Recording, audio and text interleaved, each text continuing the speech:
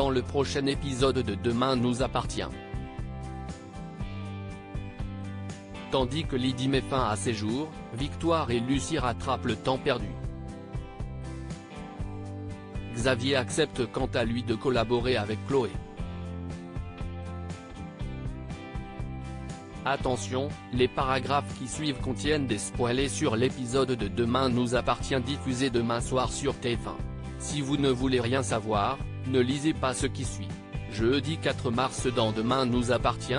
Lydie met fin à ses jours après avoir passé la nuit à chercher Lydie dans toute la ville. Samuel rentre chez lui dépité.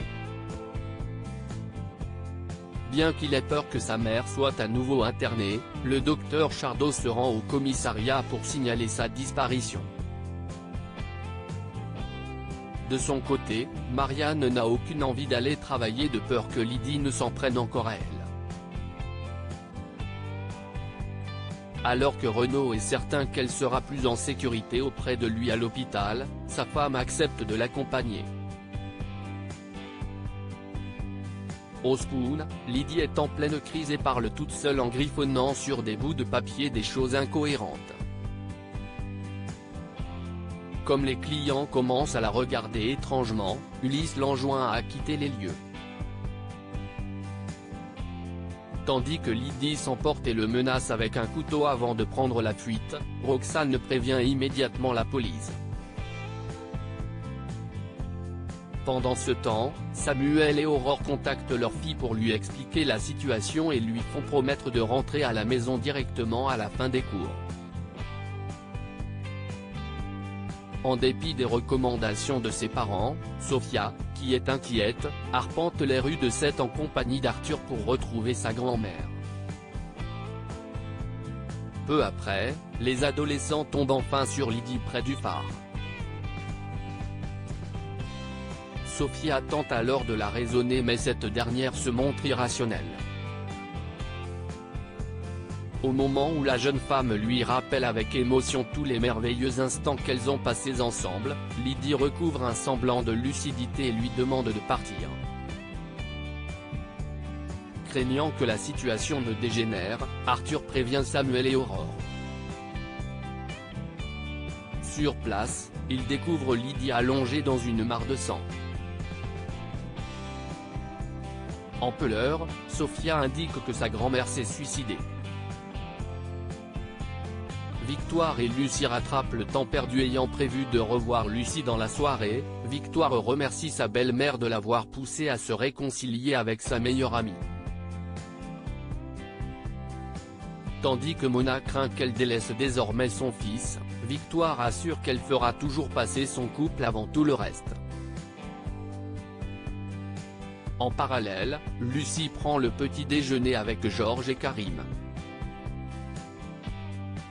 Bien qu'ils aimeraient la voir revenir au commissariat, elle n'est pas prête et ajoute qu'elle réfléchit à un métier beaucoup plus zen. En fin de journée, Victoire rejoint Lucie à son appartement. En déballant les courses, la médecin découvre 3 pulls masculins. Mal à l'aise, Lucie prétend qu'il s'agit d'un cadeau pour Georges. Au cours de la soirée, Victoire propose à Lucie de partir en week-end dans les Cévennes pour faire une randonnée. Comme son amie se défile, Victoire se demande si elle n'aurait pas rencontré quelqu'un. L'ancienne policière répond que non et consent finalement à passer le week-end dans sa compagnie.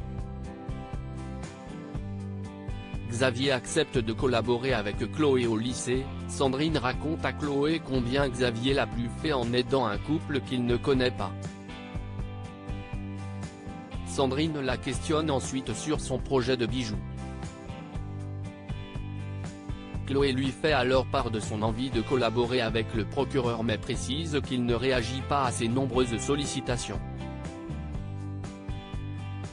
Sandrine la pousse à foncer et de suivre son instinct. Peu après, Chloé se rend chez Xavier pour obtenir une réponse. Malheureusement, il décline son offre en expliquant qu'il n'a plus confiance en elle depuis l'affaire Corca. Profondément blessée, Chloé avoue qu'elle était en train de tomber amoureuse de lui avant de partir.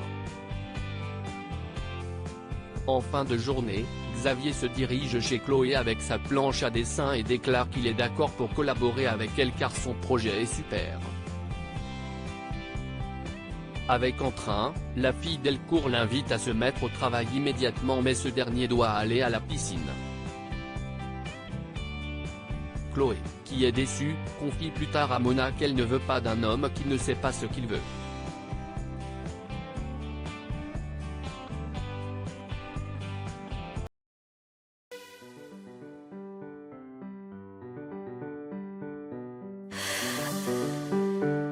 The